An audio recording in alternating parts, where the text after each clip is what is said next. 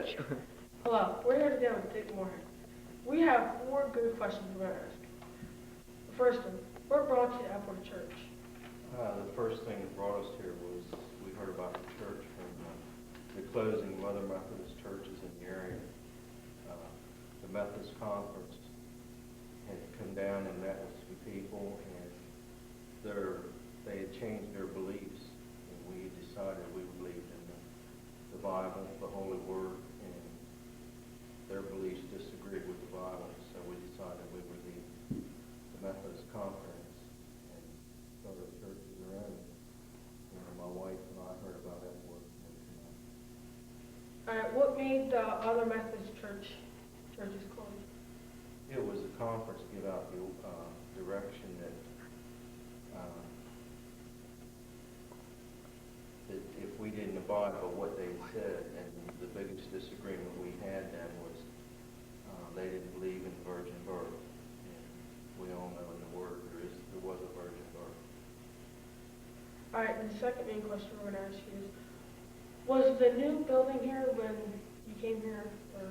Yes, the building was built in 1972, and my wife and 2 daughters came here, and I came here in 1973. All right, and the third question is, what drew you here, and what was the biggest step of faith you've ever seen to Epworth so far? Well, there was 2 really big things that drew us here, and the first one was that every Sunday you came, and there was people that stepped out on faith, come out of the pews, walk down the aisle, go to the altar, and accept the Lord as their Savior. We had a pastor that believed in evangelism and believed in preaching the Word and salvation. And every Sunday there was people that went to the altar and got saved, and that started to grow to this church. The second thing was we had 2 young daughters, and we were very impressed with the youth program that was here. Every Sunday was 35 and 40 teenagers sitting in the pew all together, worshiped the Lord, and it was a beautiful sight to us. And what impressed you the most about the youth group of 1973? I guess their activity in the church. It wasn't just coming on a Sunday morning. They were fully involved in everything they did. They would raise water or grow watermelons and take the money. They were involved in different programs, outreaches, missionaries, and whatever. And it was a full involvement. It wasn't just the parents. It was the whole church back and these teenagers that were working. These teenagers were bringing other teenagers in. That was a big outreach. And the last question is, what do you think was the biggest thing that the youth group ever did in 1973? I guess I'm not sure. Remember what it was called. It eventually was called the Epworth House. It was a house in downtown New York that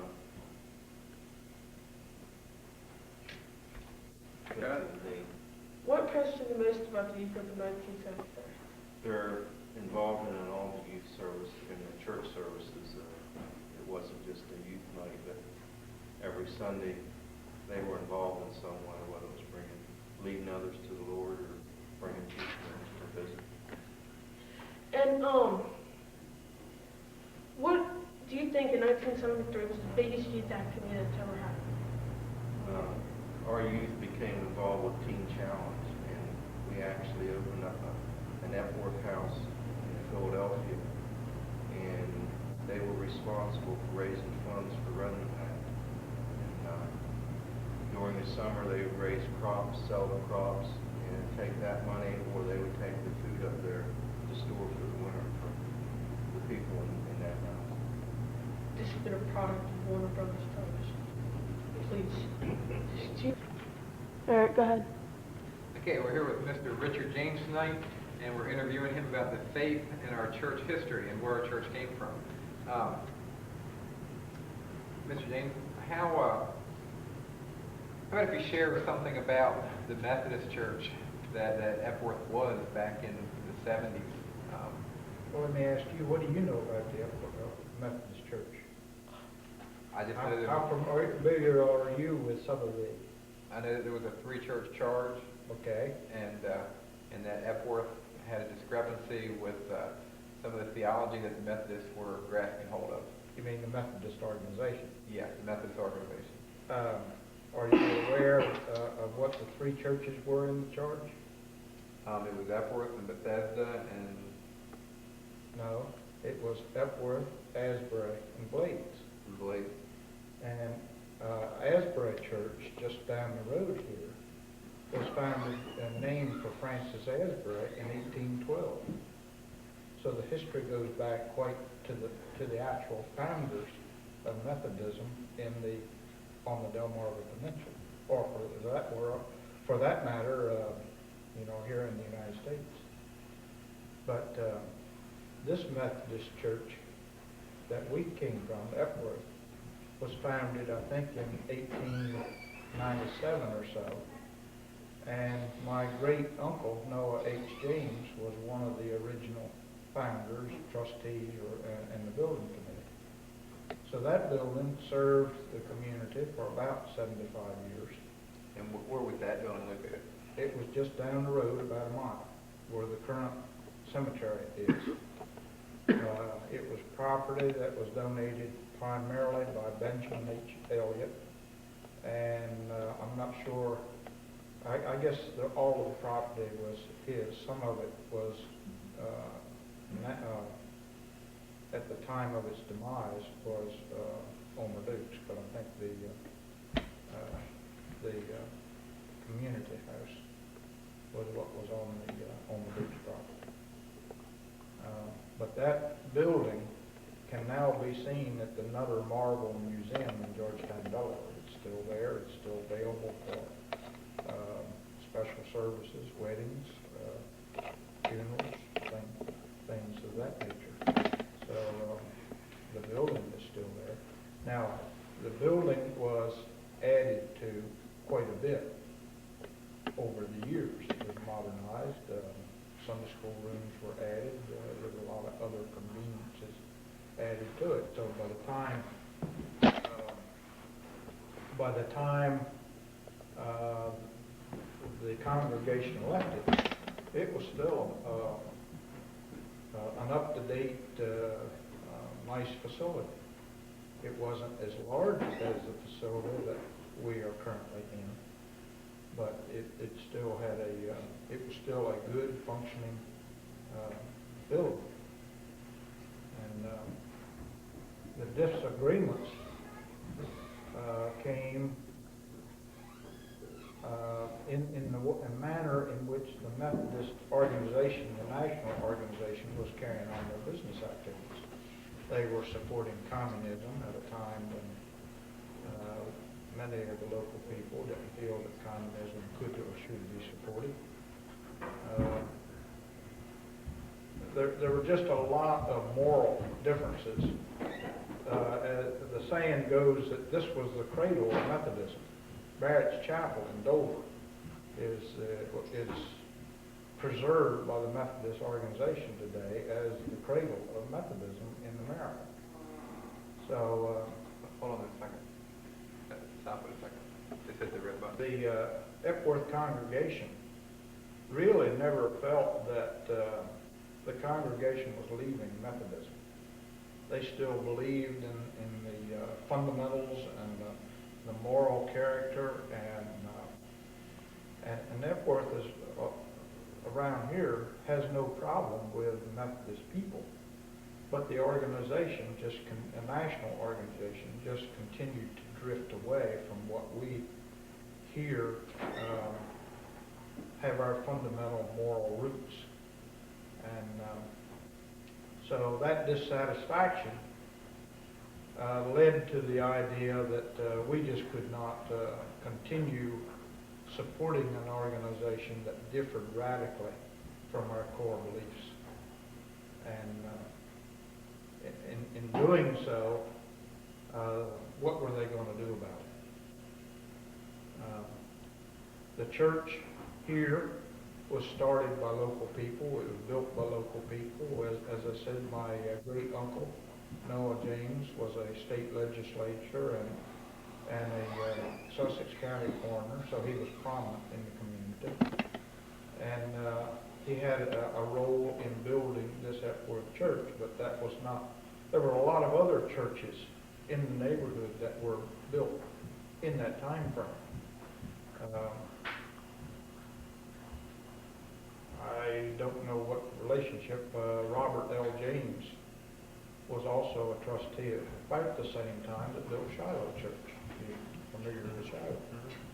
So there were a lot of churches around about that time, and of course there were Tyndall Campground, which was the campground supported by Asbury Church. James's Campground was supported mainly by the Epworth in that area. I don't know if you know Richard Tubbs. Yeah. Well, that was the location of the James Campground. And its demise came on about the time of World War II. And when I was a boy, the tents were beginning to crumble and fall down and decay. So what was, like, if we can relate it to today, was Carey's camp going on back then? Oh, yes. That long ago? Yes. So if it had been kept up, it would be similar to Carey's camp? It wasn't as large. Okay. It was, James's Campground was a smaller campground. Delmarva, there by Evangelistic Church, is one that has continued, but over the years, of course, it's changed into more a full-time living community rather than a campground as we know it. Well, Or as I knew it. let me ask you this. Since the men of the community founded the church, built the church, and it was their life and livelihood, how much faith did it take to step out of that church that was home because of the beliefs and convictions that they had? And the Methodists said, well, if you're going to step away from the Methodist chain, that you can't keep the property, that what they had laid down? Well, if you go back in some time, I think somewhere along the line, the trustees of the old Epworth Church must have felt that they wanted that church to be able to continue in the future.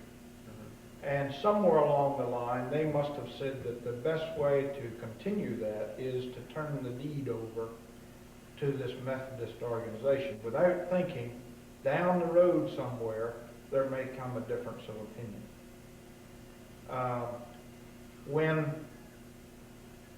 When they were in the discussion phase as to what they're going to do, there was a Methodist church in Milton who had gone to court to try to keep their church when the Methodist organization claimed the building and was going to close it.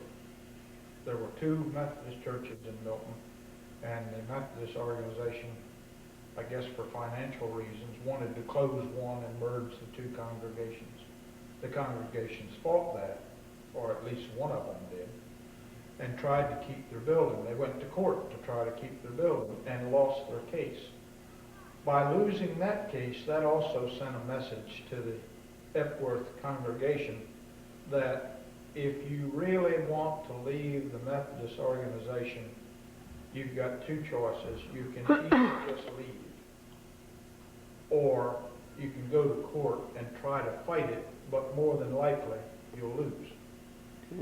And so their opinion at that time was, it's not worth fighting over. That's not what Christianity is all about to start with. And if we can't resolve our differences with the Methodist Conference, then why don't we just leave? And so that's what they did. They voted.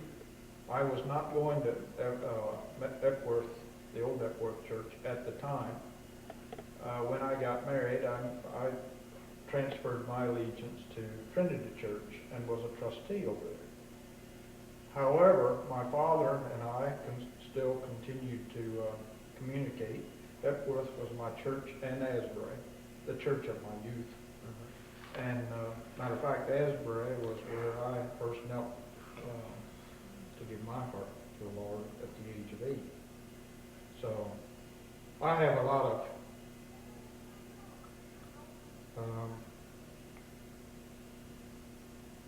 I'll have to search for the right word here. I have a lot of sentimental value in the churches of the community. But my conviction was so strong at that time, and remains so, that if there was another option of keeping my core faith, like the Methodist beliefs and faith, and transferring that allegiance to an independent church, I would certainly do that if it became available. Trinity Church actually voted before Epworth did to leave the conference. Is that right? But the very next meeting that they had, they backed up on that vote. They took another vote and changed their mind. There was just a lot of sentimental value in the building. My father attended here. This is my family church. I just don't feel that I can leave it. Their conviction wasn't strong enough. While they were opposed to the principles and that was being established by the Methodist Conference, the local church held so much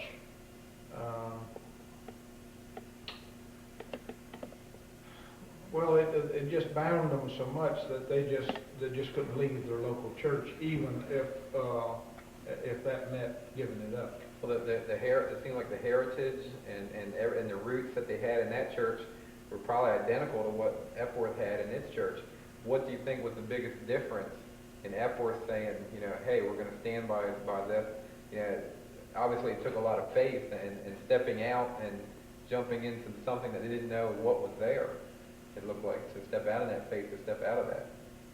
Well, I've heard of Alden and Ross and Bob and some of them. They went to a meeting, and on the way home, their conviction was so strong that we just can't remain with this organization and be true to our values. And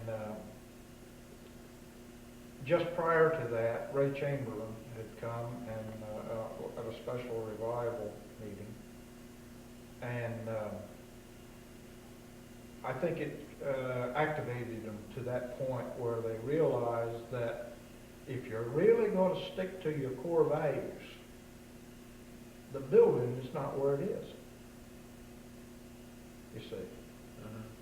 Now, if we're going to pursue another option, what is that option? And the only option that they could really see is we leave the conference. We leave the Methodist organization. The court challenge in Milford at Milton had already indicated to them that there was no point in trying to go to court to hang on to a building that was really obsolete now. God's leading, I think, was more at work here than anybody gives credit for or thinks about. The building was small, 75 to 100 people. But at the same time, when they decided to leave the Methodist organization, they had to take a look at the future. And they still used a lot of the Methodist organization's guidelines in developing the church. One of the critical things was, for a single independent church to be viable, the Methodist Church said you needed to have about 300, a sanctuary that will hold about 300 people. If you get much smaller than that, you're struggling to pay the preacher and the overhead and all the other things that go with handling the business part of a church venture. Now, that brings up another point. When they finally decided to build this church, the old Epworth Church was a branch of another organization. Here, it's an independent church, and it is incorporated has its own incorporation as a nonprofit religious organization. The same thing with IRS. We have all of the things that the the National Methodist Organization would have. We're just on a smaller scale. But in order to manage, the affairs of the organization, you had to have a certain size to make it viable. And so one of the considerations back then is how in the world can we pay the preacher? That was our biggest concern. Did you even know who the preacher was going to be? No, we didn't know at that point. That was a concern. Wasn't an overriding concern, because we felt that preachers could be available. And if not, we had a lot of lay speakers that could carry us through for quite some time. There's a lot of talent. I'm sure you thought a lot. I'm sure everybody thought a lot of Mr. Jimmy, though. Oh yes. And stepping away from him and they hoped much, because a lot of his preaching had to do with a lot of the core values that the congregation had. So when it came time to step out and break ground for this new building, they were hoping that Jimmy, and they certainly invited him to take part. But you got to understand, this was a big step for Jimmy Lagle. He was at the age of retirement. He had been in the Methodist organization all of his life. That's where he was ordained as a preacher. It was probably a bigger step for him, or a bigger commitment for him, than the rest of the church, because he had a lot at stake, a lot personally at stake. And he didn't know on the day of groundbreaking what he was going to do. I'm sure that he had searched long and hard for the answer to that. And we didn't know on that day of groundbreaking whether or not he was with us. But before it came time to turn the shovel, he drove up. And the Methodist organization essentially said goodbye and turned him out without his retirement. Now, I think later on, I don't know the full history of it, but I think later on they did give him a lump sum figure, but they discharged him completely from the Baptist organization. I asked the kids last week when we were talking about the faith of our forefathers in the Bible, and the faith that they had, through history, the founders of our faith. I asked them, if they thought that the people, in our fellowship that started our church and that are, have built up till today, if they had the faith of that of our forefathers, how would you compare that, the faith that Epworth had and the fellowship had when it stepped out of the Methodist chain, and Mr. Jimmy from him stepping out? How would you compare that faith to the faith of our founding fathers? Well, now, which founding fathers are you talking about? Like when we just think about all of the in history, like you think about Isaac and Jacob and Abraham, and just the faith of all these great men in the Bible that just walked in faith and did tremendous things of faith. And it seems like today that the youth they think, well, that people today don't have things like that. Yeah. Well, I don't think you can compare the faith of the congregation that moved out with the founding fathers and their beliefs and the way they developed believing God and so forth. I don't really have anything to compare with it, because in those days people believed in a lot of gods. And so for them to develop the concept of a single God, I put that in a whole different category, because we already believed in a God. We already believed in Jesus Christ. That's what really gave us the impetus, so to speak, to act, is the district superintendent of the Methodist Conference stated flat out that he did not believe in the virgin birth. That's critical and key to our foundation. And if you don't believe in that, if you don't believe in the virgin birth or the resurrection, what do you believe in? They were the foundation of it. So that wasn't, excuse me, that wasn't the issue then. Those members that voted to pull out and leave were not testing their core beliefs. They were just seeing that the Methodist organization was not abiding by what they thought their core beliefs were, and if they couldn't abide by that, they could no longer continue with that. That decision, I think, had already been made. How close was the vote when they voted to step down? Oh, it was unanimous. Unanimous. Yeah, there was no dissenting vote at all, and as a matter of fact, the district superintendent brought their lawyer back and had a second vote, and it remained unanimous. There was really no business to discuss. The mind was made up. There was no second guessing that that the conference was going to get them to stay. And you know, it was a relief, so to speak, once they made. It was not an agonizing decision, or at least I didn't see it as an agonizing decision.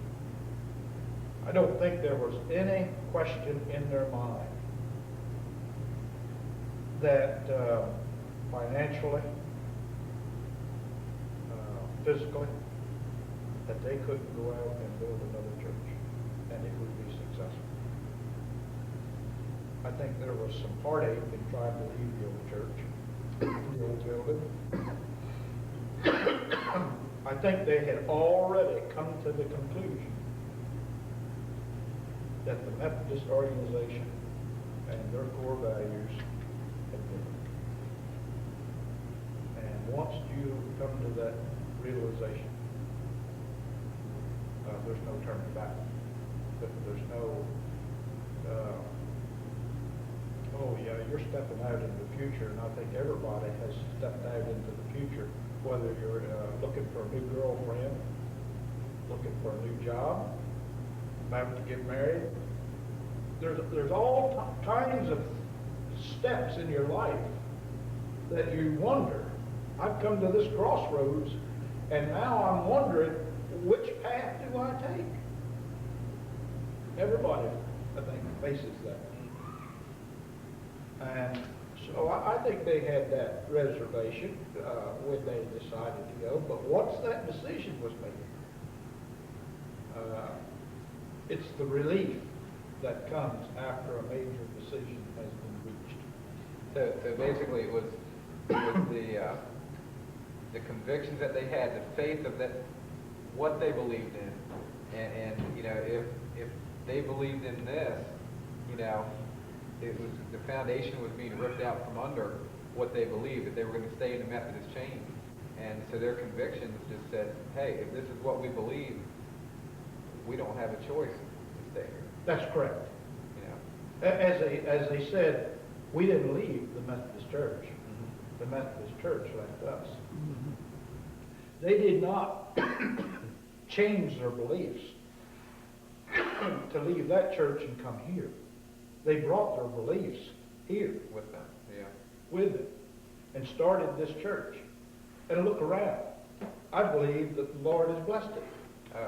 Undoubtedly. So, and if you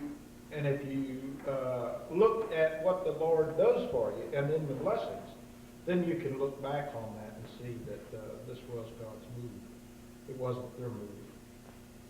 And I say that because God knew back then, 25 years ago, that that old building was no longer sufficient for the community Yeah. and what was facing the community. So from the move to the building to everything, I mean, that they stepped out in faith in what they believe, and God bless that faith that they stepped out in, and right to the school and everything today. Well, did we know 25 years ago what the effect of the court ruling in our public school systems was going to be? I had no idea. We had no idea, but God did. And with some reservation, even on my part, we started and developed a school And what year was that school started? in 79. 79. September of 79. I think we poured some concrete and did some work in 78. But the school started September of 79. And it's grown ever since. And now where I sent my children, or at least my second two children, my grandchildren.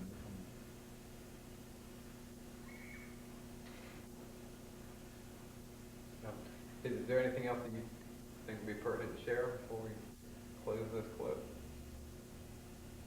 I appreciate the opportunity. Okay. Well, thank you, Mr. James. Thank you, Rick, for running it on an hour.